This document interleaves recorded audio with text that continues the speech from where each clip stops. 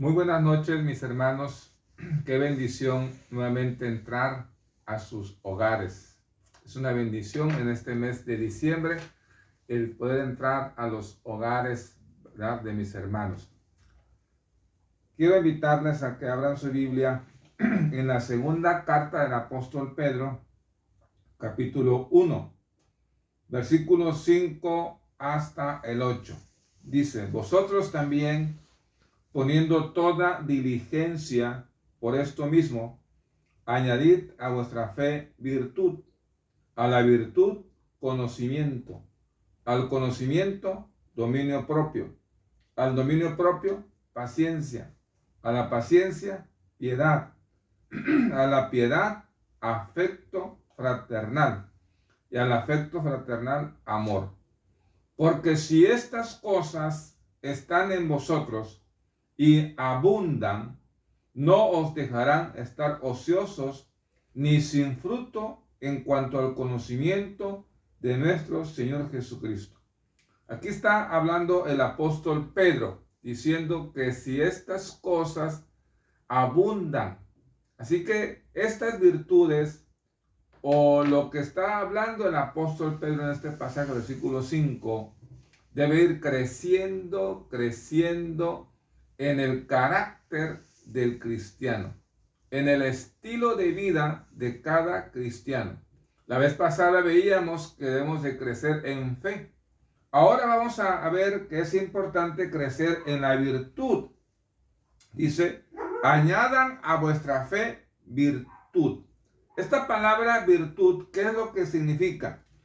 La palabra virtud, hermanos, en la Real Academia Española, quiere decir actividad o fuerza de las cosas para producir o causar sus efectos. Así que en la Real Academia Española, la palabra virtud indica de una actividad o fuerza, de un poder o potestad de obrar, pero también habla de integridad de ánimo y bondad de vida.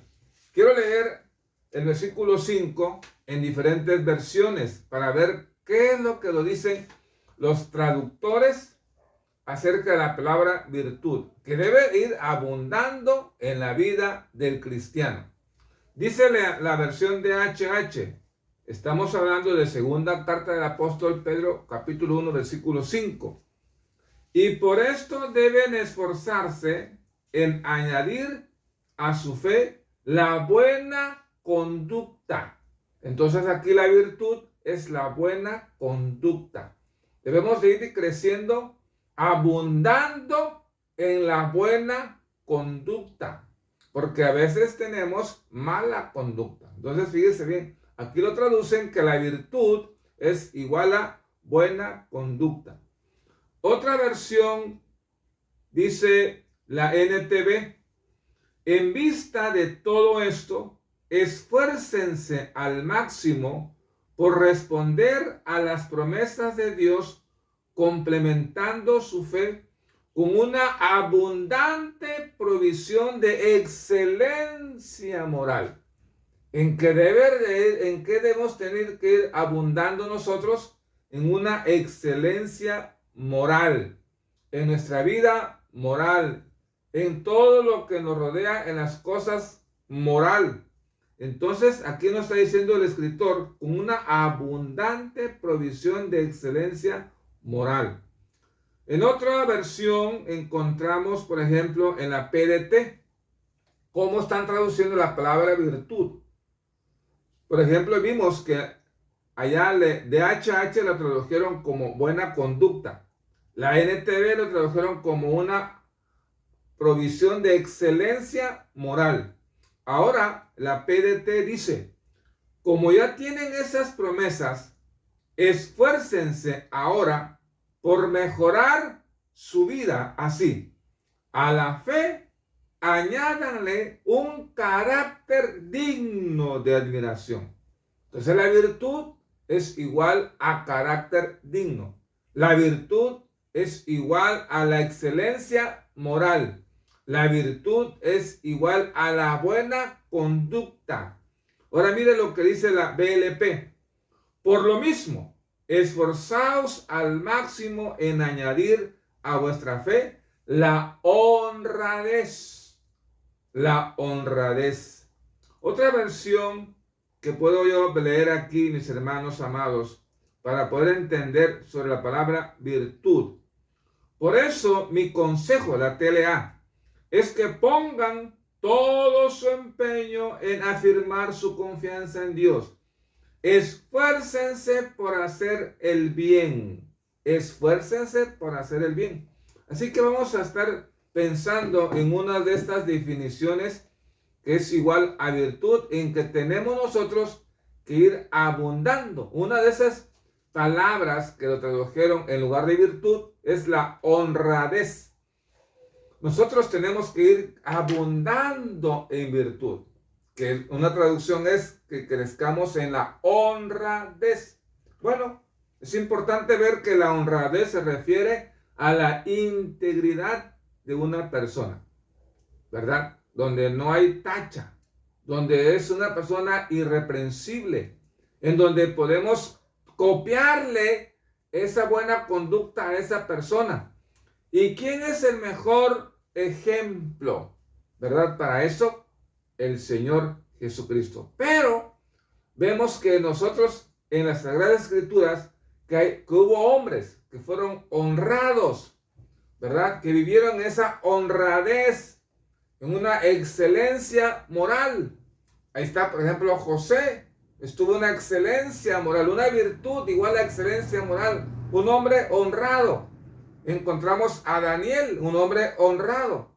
Ahora mire lo que nos dice Génesis capítulo 30, versículo 33. Dice el escritor Moisés: mi honradez responderá por mí el día de mañana, cuando vengas a ver acerca de mi salario. Todo lo que no sea moteado y manchado entre las cabras y negro entre los corderos, si es hallado conmigo, se considerará robado. Está hablando un yerno, porque Jacob era yerno de Labán. Labán era el papá de Raquel, ¿verdad? Era el papá de Raquel y de Lea. Pero fíjense qué interesante. Es importante esto. Era el mensaje que da para José, para Jacob, para los hijos de Jacob, para que veamos la honradez que tuvo Jacob. Mire, estaba trabajando para Labán. Y entonces dice: mi honradez responderá por mí el día de mañana. Vamos a ver. Estamos allá en Génesis capítulo 30. Génesis capítulo 30. Miren lo que nos dice la Biblia, que este Labán hacía trampa. No le estaba pagando bien a su yerno, ¿verdad? No le estaba pagando bien a su yerno. Y entonces es importante ver esta relación que había entre Jacob y ¿quién? Y su suegro, Labán. Entonces encontramos que le habla el yerno: mi honradez. En la versión 60 dice, capítulo 30, versículo 33, dice lo siguiente: así responderá por mí mi honradez mañana, cuando vengas a reconocer mi salario. No le estaban pagando, pero era un hombre honrado. Quiero trabajar, pero quiero que tú me pagues, porque todo trabajador es digno de su salario. ¿Cómo estamos nosotros con nuestra honradez en el trabajo, en la escuela? ¿Somos honrados? Esa calificación que tienes en la boleta, ¿es una calificación que tú te lo ganaste o copiaste el examen? O estás copiando un examen, ¿verdad? Y no fuiste honrado en tu trabajo. En donde quiera que estemos, tenemos que tener la honradez.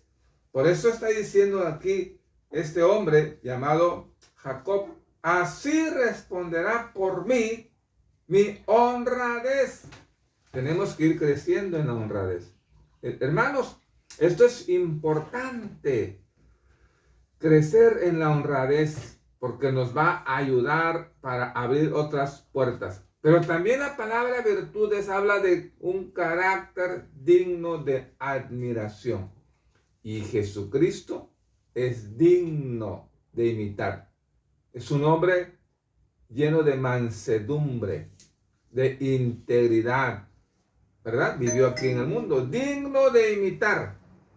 Mire lo que dice la Biblia, Lucas 22:42, diciendo: Padre, si es tu voluntad, aparta de mí esta copa, pero no se haga mi voluntad, sino la tuya.